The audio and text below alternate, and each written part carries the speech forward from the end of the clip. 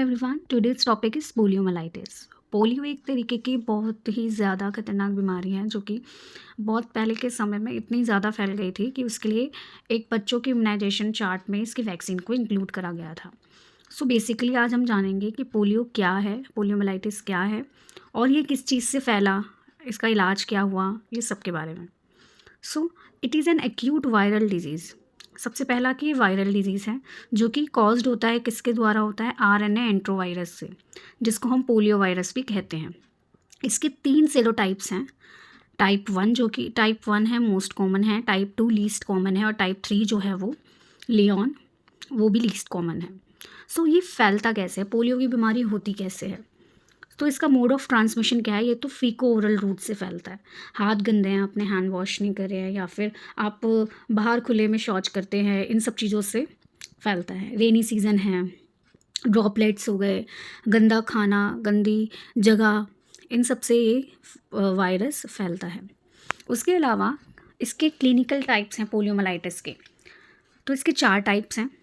पहला आता है एसिम्प्टोमेटिक, जिसके बारे में हमें पता नहीं चलता, कोई सिम्टम्स नहीं आते, साइलेंट इसे बोलते हैं। नेक्स्ट है एब्रोटिव पोलियोमाइलाइटिस, ये माइनर इलनेस करता है। उसके अलावा है नॉन पैरालाइटिक, इस वाले पोलियो में पैरालिसिस नहीं होता, जबकि हमने जाना कि नॉन पैरालाइटिक के अंदर कोई भी ऐसा सिम्टम नहीं होता जिससे पैरालिसिस हो। और पैरालाइटिक जो होता है, जैसे आप इसके टाइप से ही समझ रहे हैं, इसके अंदर बेसिकली पैरालिसिस हो जाता है फेस का, बॉडी का, ठीक है। इट्स डिपेंड कि कहाँ पर कौन सी नर्व को उसने डैमेज करा है। अब हम इसके sign and symptom, clinical manifestations के बारे में जानेंगे। तो पहला एसिम्प्टोमेटिक, जैसा कि हमने बताया कि एसिम्प्टोमेटिक मतलब इसके अंदर कोई भी सिम्टम्स नहीं आते हैं। नेक्स्ट है एब्रोटिव। एब्रोटिव जो होता है, इसके अंदर सेल्फ लिमिटिंग इलनेस होती है ड्यू टू वर्मिया। तो इसमें क्या आएगा कि फ़ीवर आ जाएगा, गले में खराश, दर्द होना, सर दर्द, नोज़िया, वॉमिटिंग, कॉमन से सिम्टम्स आएंगे, भूख ना लगना, पेट में दर्द होना, ये सब। और नॉन पैरालाइटिक पोलियोमाइलाइटिस में क्या होगा, वायरस जो है वो एंटर कर जाएगा हमारे नर्वस सिस्टम में विदाउट डिस्ट्रॉइंग द सेल, किसी भी सेल को डिस्ट्रॉय नहीं करेगा। बट उसके अलावा पेशेंट को क्या क्या फील होगा, नेक रिजिडिटी फील होगी, हेडेक होगा, बैक होगा, पेन इन लेग्स होगा, ठीक है। और जो नेक और बैक है उसमें अकड़न आ जाएगी, ठीक है।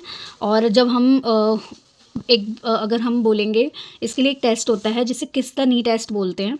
किस द नी टेस्ट के अंदर बेसिकली क्या होता है, हम पेशेंट या बच्चे को बोलते हैं कि आप अपने घुटनों को किस करके देखो, कि अगर आपको दर्द होता है बैक में और नेक में, तो इट मीन्स कि ये एक तरीके का पॉजिटिव साइन हो जाता है, ठीक है। इसके अंदर ट्राइपॉड साइन भी देखते हैं, बहुत सारे साइंस होते हैं, उससे पता लगाते हैं कि इज़ दिस पोलियोमाइलाइटिस और नॉट, ठीक है।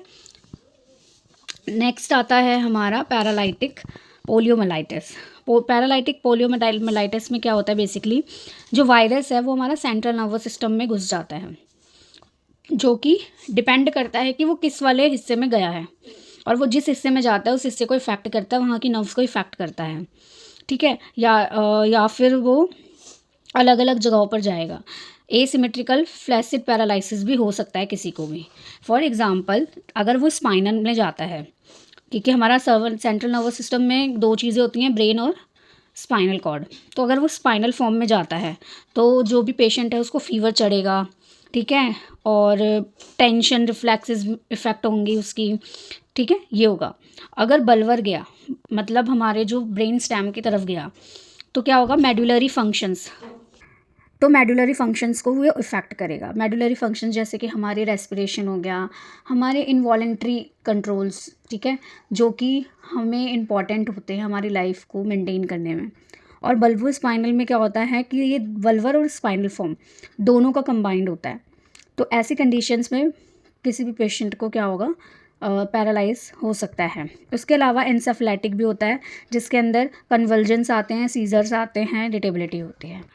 तो ऐसे केसेस में हम डायग्नोस्टिक इवैल्यूएशन या इन्वेस्टिगेशंस क्या करेंगे, firstly we have to take the history, then we have to do the physical examination. हम लंबर पंक्चर करवा सकते हैं, क्योंकि हमने जाना कि ये सारा नर्वस सिस्टम को इफेक्ट करता है, सीएनएस को इफेक्ट करता है। तो उसके लंबर पंक्चर से हम क्या करेंगे, सेरेब्रो स्पाइनल फ्लूइड को निकालते हैं, जिसका एग्जामिनेशन करते हैं। जिससे पता चलेगा कि क्या है पॉसिबिलिटीज़ हैं, बैक्टीरियल तो नहीं है या नॉर्मल मेनिंजाइटिस तो नहीं है। उसके अलावा हम स्टूल एग्जामिनेशन करेंगे लगातार 3 दिन तक के लिए। अब इस चीज़ का मैनेजमेंट क्या होगा? फर्स्टली सपोर्टिव मैनेजमेंट दे सकते हैं ताकि अच्छे से प्रोग्नोसिस हो। हॉस्पिटलाइजेशन जो है वो ज़रूरी है पैरालिटिक केसेस में। Strict bed rest on hard bed, suction ज़रूर करना है ताकि एयरवे पैसेज जो है वो क्लीन हो। सपोर्ट करना है बाय द सैंड बैग्स, फुटबोर्ड्स, हमें कंफर्ट डिवाइसेस उसको देने हैं। एनाल्जेसिक एडमिनिस्टर कर सकते हैं पेन रिलीफ करने के लिए। एंटी हाइपरटेंसिव ड्रग्स कुछ केसेस में यूज़ करी जाती हैं। माइल्ड सेडेटिव्स और ट्रांसक्लूज़र दे सकते हैं ताकि एंजाइटी को दूर कर सके। उसके अलावा अगर स्पाइनल पैरालिसिस है या फिर बहुत ज़्यादा पैरालिसिस है तो और रेस्पिरेशन डिस्ट्रेस और फेलियर भी हो रहा है तो आईसीयू में शिफ्ट करना पड़ेगा। उसके अलावा फ्लूइड इलेक्ट्रोलाइट बैलेंस को मेंटेन करना है। मसल्स पेन और स्पाज्म के लिए फिजियोथेरेपी मस्ट है। Rehabilitation care we can provide to the patient. उसके अलावा क्या कॉम्प्लिकेशंस हो सकते हैं अगर हमने इसको ट्रीट नहीं करा तो? कॉम्प्लिकेशन जैसे कि रेस्पिरेशन डिस्ट्रेस हो सकता है, हार्ट फेलियर हो सकता है, ठीक है, मायोकार्डाइटिस हो सकता है। अगर आपको मायोकार्डाइटिस के बारे में जानना है तो I will make one video. Please comment if you want to know कि मायोकार्डाइटिस क्या होता है। जीआई ब्लीडिंग, परफोरेशन हो सकता है, ठीक है, फीकल इम्पैक्शन हो सकता है, ब्लैडर पैरालाइज हो सकता है, रीनल स्टोन्स हो सकते हैं, ये सारे कॉम्प्लिकेशंस हैं।